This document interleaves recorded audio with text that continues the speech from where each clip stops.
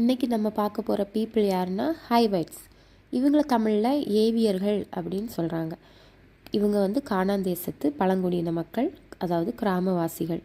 நோவாவின் குமாரனான காம், அவனுடைய குமாரனான கானானின் வம்சத்தார்களை தான் இந்த ஏவியர்கள்னு சொல்கிறாங்க. இவங்கள ஆவியர் என்று யோசுவா 13:3 வசனத்தில் குறிப்பிடப்பட்டிருக்கு. 7 பலத்த ஜாதிகளில் இவர்களும் ஒன்று, அதாவது கானானில் குடியிருந்தவர்களில். இவங்க வந்து லீபனோன் மலைகளில் வாழ்ந்து வந்திருக்காங்க. இவர்களை வந்து பிரபுக்கள் ஆண்டு வந்திருக்கிறார்கள். இவங்க வந்து பாகாலை வணங்கும் விக்ராதனைக்கார மக்களாக இருந்திருக்கிறார்கள். இந்த ஏவியனான சீஹேம் பிரபு தான் அந்த யாக்கோபின் குமாரத்தியான தீனாளை கற்பழித்தவன்.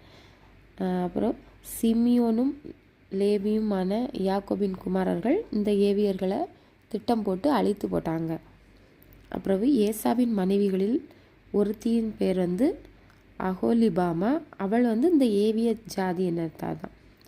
அப்புறம் தேவன் வந்து ஏவியர்களை வந்து முழுவதுமாக அழிக்கவில்லை. ஏன்னாக்கா இஸ்ரவேல் புத்திரரும் அப்புறம் இஸ்ரவேலில் யுத்தம் இதுக்கு முன்னாடி தெரியாதவங்களை பழக்குவிப்பதற்காக இந்த ஏவியர்களை தேவன்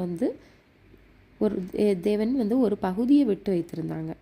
அதே மாதிரி சாலமோன் ராஜா வந்து இந்த ஏவியர்களை வந்து அம்மஞ்சி வேலைக்காக அமர்த்தினான். இந்த ஏவியர்களையும் பெரிசேர்களையும் சேர்த்து அம்மஞ்சி வேலைக்காக அடிமைப்படுத்தி வைத்திருந்தான்.